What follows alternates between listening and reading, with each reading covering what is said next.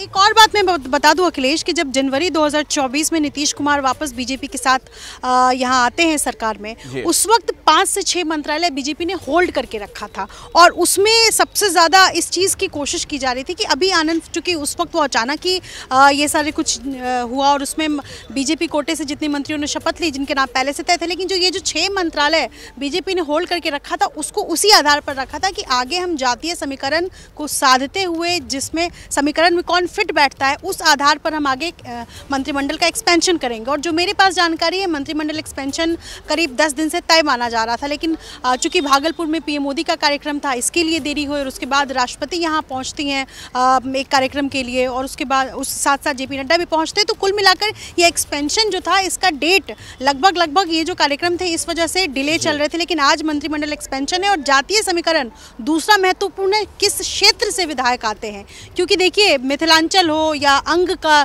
इलाका हो या उत्तरी बिहार हो, आर्यन, उन सब इलाकों से पहले ही जितने मंत्री बन चुके हैं और अब जैसे सीतामढ़ी से अचानक रीगा क्षेत्र से पॉपअप किया है नाम मोतीलाल प्रसाद का, इनकी नाम की चर्चा थी नहीं, लेकिन अचानक इनको जो है वो मंत्री बनाया जा रहा है। देखिए मोतीलाल एक बहुत पुराने नेता हैं और अब जो सूची आई है इसमें सबसे वरिष्ठ नेता वो हैं। रीगा का इलाका ऐसा है जहाँ लंबे वक्त से चीनी मिल को लेकर सियासत हो रही थी। प्रधानमंत्री नरेंद्र मोदी भी जब बिहार दौरे पर थे तो उन्होंने रीगा का जिक्र किया था कि अगली बार आएंगे तो रीगा की चाय पिएंगे। तो मुद्दे क्या हैं, किन मुद्दों के साथ चुनाव में जाना है, उन तमाम चीज़ों को इस समीकरण के साथ साधने में बीजेपी लगी है। और आपने बिल्कुल ठीक कहा, 1 साल पहले अगर बात की जाए तो जब नीतीश कुमार वापस से एनडीए में आए तो उस दौरान ही इन चीज़ों को, जो सीटें थी, जो मंत्री के कोटे थे, उसे भर लेना था। लेकिन भारतीय जनता पार्टी समझ रही है कि जातीय समीकरण क्या होना चाहिए था और इसी कारण जो देरी है वो की गई। और अब जब लिस्ट को फाइनल किया गया है तो सारी सामाजिक जो चर्चाएं होती है सियासत के अंदर में, उन तमाम सामाजिक चर्चाओं को अब कहीं ना कहीं इस मंत्रिमंडल दर्शकों को जरा मंत्रिमंडल विस्तार से पहले ये बड़ी खबर दे दें। नए मंत्रियों के लिए कई नामों पर विचार हुआ था और नामों के लिए जातीय समीकरण का खास ख्याल रखा गया। मंत्रियों के लिए राजपूत, भूमिहार और यादव से 3-3 नाम थे और मंत्रियों के लिए वैश्य समाज से 4 नाम थे। मंत्री पद के लिए कुशवाहा जाति से 1 नाम था। जिन नामों पर चर्चा हुई और एबीपी न्यूज के पास ये पूरी लिस्ट है जो हम आपको सिलसिलेवार तरीके से जानकारी भी दे रहे हैं। शशांक के पास भी जरा एक बार चल लेते हैं। शशांक, के लिस्ट तो हम लगातार दिखा ही रहे हैं किस तरीके से कई नामों पर विचार किया गया, फिर शॉर्टलिस्ट किया गया, एक नाम तय किया गया, अलग अलग जातियों के समीकरण को साधा गया। लेकिन यह भी बताइए कि जिन मंत्रियों के पास अभी 2 विभाग हैं, 2 से ज्यादा विभाग हैं, किन किन से विभाग लिया जा सकता है, कुछ इस पर भी स्थिति स्पष्ट हो पाई है क्या?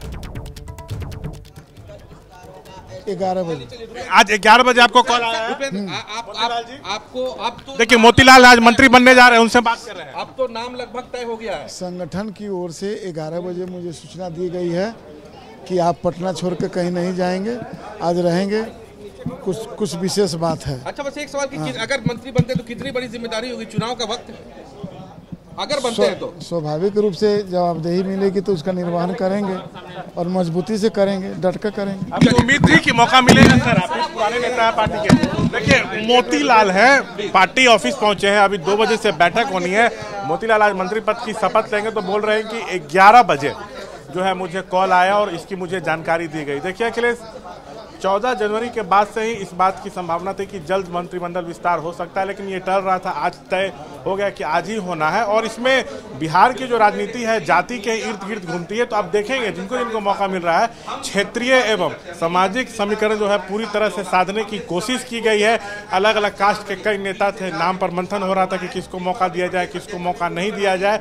और एक जो आप बात कह रहे थे कि जो कई ऐसे मंत्री हैं जिनके पास 2 से ज़्यादा विभाग हैं, वो कौन सा छोड़ेंगे कौन सा नहीं छोड़ेंगे, तो 2:30 तक वो भी जो है क्लियर हो जाएगा। तो कहीं कोई पेच नहीं है। 4 बजे जो है वो विस्तार होने जा रहा है। सिर्फ बीजेपी कोटे के मंत्री शपथ ले रहे हैं, जदयू के क्यों नहीं ले रहे हैं ये नितिन नवीन ने एबीपी न्यूज से बातचीत में बता दिया है कि जो कोटा खाली था वो सिर्फ बीजेपी का था, इसलिए सिर्फ बीजेपी के ही कोटे से मंत्री जो है वो शपथ ले रहे हैं। तो अब कुछ देर में बीजेपी दफ्तर में बैठक शुरू होने वाली है। जिनको जिनको मंत्री का शपथ ले रहा है पद का, वो भी अब यहाँ पहुंचने शुरू हो गए। अब चुनाव में कितना लाभ होता है, जो क्षेत्रीय ये जो सामाजिक समीकरण साधने की कोशिश हो रही है, चुनावी वर्ष है, इसमें कितना लाभ होता है ये देखना होगा। लेकिन पूरे दमखम के साथ एक एक कदम फूंकते हुए बीजेपी आगे बढ़ रही है। ठीक है शशांक, बहुत ही महत्वपूर्ण जानकारी आपने दी है। मैं दोबारा आपके पास लौटूं उससे पहले जरा निधि के पास भी चल लेते हैं एक बार फिर से। निधि, ये जो बात बार बार सामने आ रही है कि जातिगत समीकरणों को साधा जा रहा है, तो ये तो बिहार की राजनीति की सच्चाई है कि वहां पर ये चीज बहुत ज्यादा है और इन समीकरणों को जाहिर तौर पर चुनाव में साधा जाएगा। लेकिन एक क्षेत्रीय संतुलन को भी बनाने का प्रयास दिख रहा है, ये जो नाम अलग अलग इलाके से लोगों के सामने आए हैं। बिल्कुल, अखिलेश जाति है कि जाति नहीं, बीजेपी को, जेडीयू को, फिलहाल तो यही दोनों मिलकर सरकार चला रहे हैं। इनको पता है कि जातीय समीकरण अगर नहीं फिट बैठेगा तो फिर चुनाव में बहुत ज़्यादा उनको लाभ होने वाला नहीं है, और ये चलता आ रहा है, ये तस्वीर जो है वो चलती आ रही है। लेकिन हम बात करते हैं क्षेत्रीय नेताओं को, किनको क्षेत्रीय विधायकों को, किस क्षेत्र से कौन आते हैं, कौन मंत्री पद की शपथ ले रहे हैं। लेकिन उससे पहले मैं एक बात बताना चाहूँगी, इस वक्त बीजेपी से कोई भी यादव विधायक नहीं है जो मंत्री हैं। एक विजेंद्र यादव हैं जो कि जेडीयू कोटे से हैं और वो सरकार में मंत्री हैं।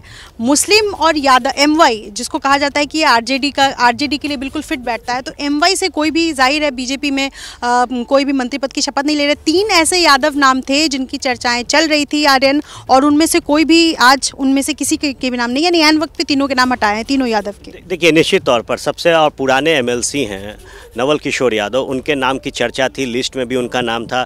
पिछली दफ़े भी उनका नाम आया था जब नीतीश कुमार पाला बदल कर जनवरी के महीने में 2024 में आए थे, उस दौरान भी उन्हें नहीं बनाया गया। परिहार की विधायक हैं गायत्री देवी, उनका नाम था लेकिन उसको भी शॉर्टलिस्ट नहीं किया गया। अवधेश कुमार सिंह जो कि हाजीपुर क्षेत्र से हैं, उनका भी नाम था लेकिन उनको भी जगह नहीं मिली है। और एक चीज़ मैं कहना चाहूँगी, इसमें जो लिस्ट अभी आई है, सातों विधायकों की लिस्ट, उनमें कौन सा ऐसा क्षेत्र है जिन क्षेत्र से विधायकों को ज़्यादा तरजीह दी गई है? देखिए, सबसे ज़्यादा जो तरजीह दी गई वो दरभंगा का इलाका है।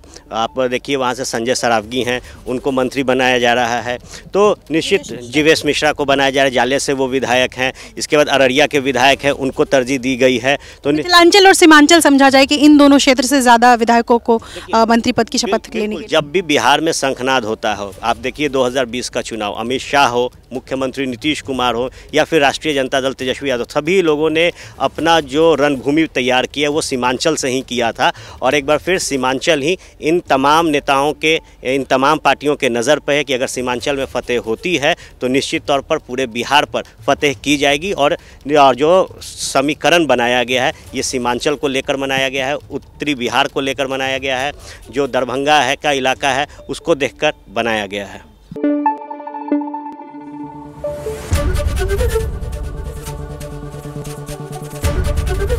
एबीपी न्यूज़ आपको रखे आगे।